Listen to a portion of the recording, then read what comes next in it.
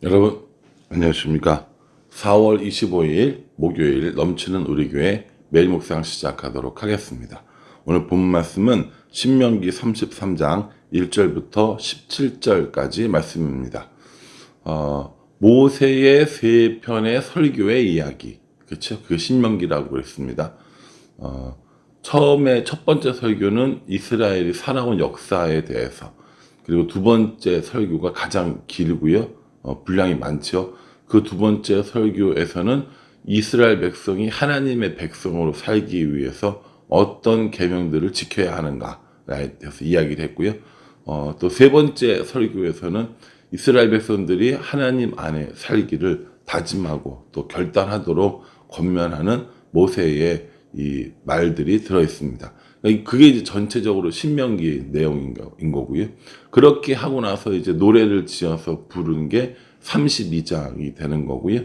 33장에는 모세가 이스라엘 백성들을 축복하는 장면이 나옵니다. 그리고 34장에 이제 마무리가 되는 것이죠. 이제 신명기를 이렇게 다 보는 겁니다. 신명기를 이렇게 쭉 묵상하고 또 읽고 공부해 오니까 신명기 내용이 이런 거구나 라고 하는 것을 알게 되잖아요. 저는 참 이런 과정들이 좋다고 생각을 합니다. 저희가 처음에 개척했을 때 민수기였거든요. 그때 저 민수기 묵상하면서 참 많은 위로를 받았거든요. 이번에도 신명기 또 묵상하면서 하나님 백성으로 이렇게 살라고 요구하시는구나 라고 하는 것들을 새삼스럽게 또 배우게 됩니다. 모세의 노래가 경고 그리고 다짐 이런 의미가 있었다라고 한다면 이 모세의 노래, 모세의 축복 33장에 나오는 이 모세의 축복은 전적으로 이스라엘 백성들을 축복해 주는 모세의 이런 기도, 찬양, 예언 이런 것들이 나옵니다. 당부가 좋네, 당부. 저는 이 모세의 노래보다 모세의 축복이 훨씬 좋습니다. 왜냐면 모세의 이 노래는 그래도 어려운 부분들이 있거든요. 그 마음이요. 당부하고, 당부를 두 번 하는구나. 그러니까는, 뭐랄까요. 너 니네 그러면 안 돼! 이거랑. 그쵸. 모세 노래의 주된 주제가, 그러면 안 돼. 배반하지 마. 이런 내용들이었잖아요. 근데 이 33장에 나오는 모세의 축복은 그런 뉘앙스가 아닙니다. 너도 정말 잘 되기를 바래. 이렇게 되기를 바래. 이런 거거든요. 여러분, 우리가 이 말씀에서도 느껴볼 수 있는 게 다른 사람들을 저주하고 사는 게 훨씬 더 힘들어요. 그렇지 않아요? 다른 사람들을 칭찬해주고 다른 사람을 축복해주고 하는 게 훨씬 더 쉽고 훨씬 더 편하고 그 사람도 좋고 나도 좋게 됩니다. 그러니 여러분 다른 사람들에게 저주의 말을 하는 사람이 아니라 다른 사람에게 축복의 말을 하는 사람이 되었으면 좋겠습니다. 너무 이게 뉘앙스가 많이 다르지만 그 묵상하면서 저주의 말, 경고의 말보다는 축복의 말, 사랑의 말, 감사의 말이 훨씬 좋겠구나라는 생각을 한번 해보게 됩니다. 우리 주위에 축복의 말을 전해줄 사람들이 있다면 오늘 미루지 마시고 우리 주위 사람들에게 축복의 말을 전하는 우리가 되었으면 좋겠습니다. 그렇게 축복을 주겠다고 이야기하면서 하나님께서 어떤 분이신지 이야기해 주십니다.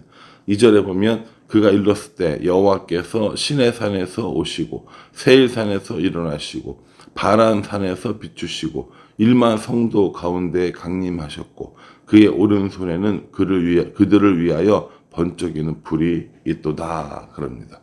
굉장히 영광이 있고요. 굉장히 위엄이 있잖아요. 3절에는요. 여호와께서 백성을 사랑하시나니 모든 성도가 그의 수중에 있으며 주의 발 아래 앉아서 주의 말씀을 듣는도다. 얼마나 분위기 좋아요. 하나님께서 이스라엘 백성들을 사랑하시고 모든 성도들이 그 안에 있고 그들이 하나님의 말씀을 듣는 이런 모습을 이야기해주고 있잖아요. 그러니까 하나님이 이런 분이시라는 거예요. 하나님이 영광이 가득하고 위엄이 가득하신 분이고 또 하나님께서 이스라엘 백성들을 너무너무 사랑하시고 그들과 함께 하기를 기뻐하신다라고 이렇게 이야기를 해주고 있습니다. 그렇게 한 이후로 이제 하나씩 하나씩 이스라엘 지파들을 축복해 주십니다. 근데 이건 뭐 순서가 따로 있는 건 아니고요. 아마 나름대로 의미는 있지만 그것까지 생각할 필요는 없을 것 같고, 여기서 나오는 그 여러 가지 이 지파들에서 한번 살펴보고자 합니다. 먼저 6절에는요. 르우벤은 죽지 아니하고 살기를 원하며 그 사람 수가 적지 아니하기를 원하나이다. 이렇게 얘기합니다. 르우벤은 뭘 말하는 거예요? 장수의 복을 바랍니다. 장수, 오래 사는 걸 말하는 거죠. 르우벤은 서열상 장자였습니다. 그렇죠? 첫 번째 아들이었으니까는. 그런데 7절에 나오는 유다가 나오는데 이 유다는 실질적인 장자의 역할을 합니다. 예수님도 이 유다 지파 가운데 태어나시게 되는 거죠. 유다 지파에게는 뭘 이야기하시냐면 대적들과 싸우고 그 대적들을 이기는 이런 것들을 축복해 줍니다. 그러니까 르우벤에게는 장수의 복이 있기를 바란다고 얘기했고요. 유다에게는 전쟁에서 이기는 이런 축복이 있기를 바란다고 얘기했고요.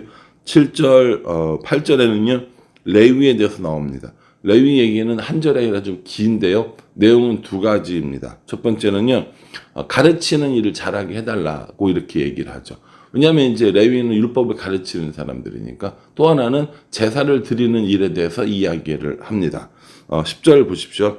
주의 법도를 야곱에게, 주의 율법을 이스라엘에게 가르치며 주 앞에 분향하고 온전한 번제를 주의 제단 위에 드리리로다. 이렇게 얘기하면서 레위가 사람들을 가르치고 제사하는 일들을 온전하게 하게 될 것이다. 라고 이렇게 이야기를 하면서 11절에 보면은 재산을 풍부하게, 재산을 풍족하게 하고 대적들이 없기를 바란다. 라고 이렇게 얘기합니다. 그러니까 가르치는 일을 하고 제사를 드리는 일을 할 때 모자라거나 부족하거나 혹은 다른 사람들에게 미움받지 않게 그렇게 해달라라고 이야기를 하는 것이죠. 12절에 보면요, 베냐민 지파가 나오는데 베냐민 지파는 사실상 마지막 지파이기도 하고 참 어려운 일들을 많이 겪은, 여러분 사사기를 공부하면서도 배웠을 거고요. 여러 가지 참 베냐민은 어려운 시기들을 많이 보냈거든요. 그럼에도 불구하고 이스라엘의 초대 왕 사울을 내는 그런 또 일들을 맡게 되기도 하죠.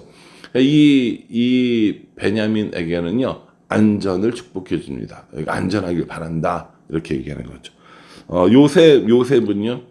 요셉은 르우벤이 실질적인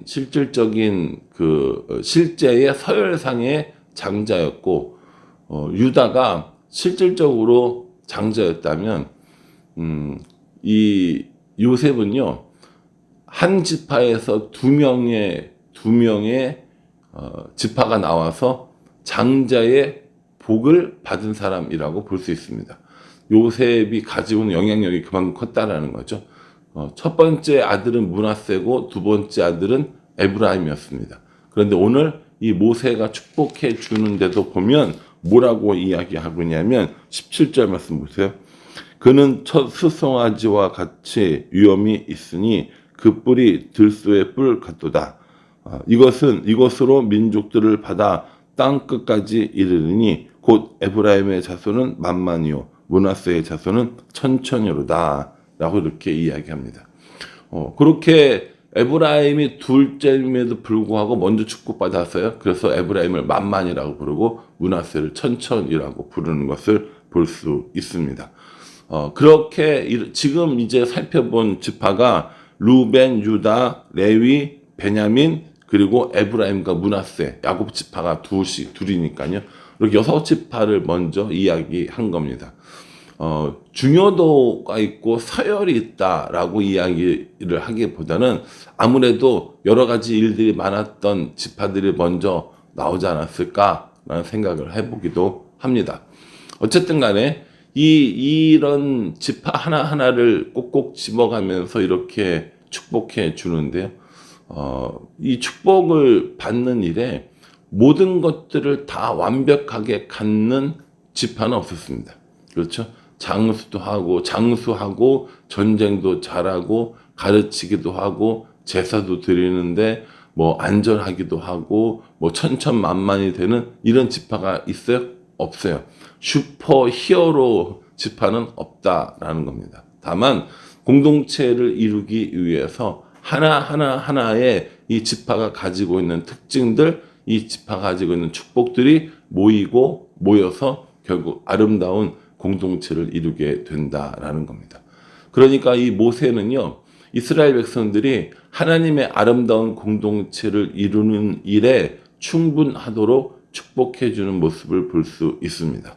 사랑하는 성도 여러분, 오늘 이 모세의 축복을 보면서 저는 우리 교회 각 가정교회를 생각을 했었어요. 누구누구 가정교회, 누구누구 가정교회, 또 유치부, 초등부, 중등부, 중고등부, 청년부 이런 것들을 쭉 생각을 해보면서 여기에는 이것이 필요하겠구나. 그럼 이 축복을, 저기에는 저것이 필요하겠구나. 저 축복을 이렇게 기도하면서 결국에 그런 것들이 다 모여서 하나의 아름다운 공동체, 하나님의 공동체, 넘치는 우리 교회가 된다라는 생각을 해보게 됩니다.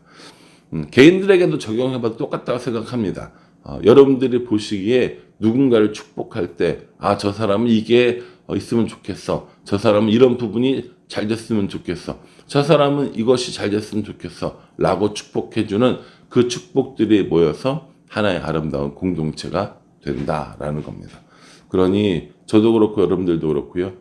경고의 말, 저주의 말 많이 하기보다는 축복의 말, 사랑의 말, 격려의 말 많이 해서 하나님 나라를 아름답게 이루는, 또 사람들에게 축복을 나눠주며 사는 그런 사람들로, 그런 교회로 살아갈 수 있기를 주님의 이름으로 축복합니다. 기도하겠습니다. 하나님, 모세가 이스라엘 백성들을 축복하는 것처럼 우리도 그렇게 사람들을 축복하며 살아가기를 원합니다. 우리 입에서 저주와 악독한 말이 나오는 것이 아니라 하나님을 향한 찬양과 또 사람들을 향한 축복의 말들을 하는 우리가 되어질 수 있도록 은혜 베풀어 주시옵소서. 모든 사람들에게 주시는 이 축복을 통하여서 하나님의 아름다운 공동체가 이루어진다는 사실을 잊지 말고 서로 축복하며 서로 기도하는 우리가 될 수 있도록 은혜 베풀어 주시옵소서. 예수님의 이름으로 기도합니다. 아멘. 여러분 이 말씀 기억하시면서요, 오늘도 다른 사람들을 축복하고 또 다른 사람들의 축복받는 그런 은혜의 하루가 되기를 간절한 마음으로 기도하겠습니다. 감사합니다.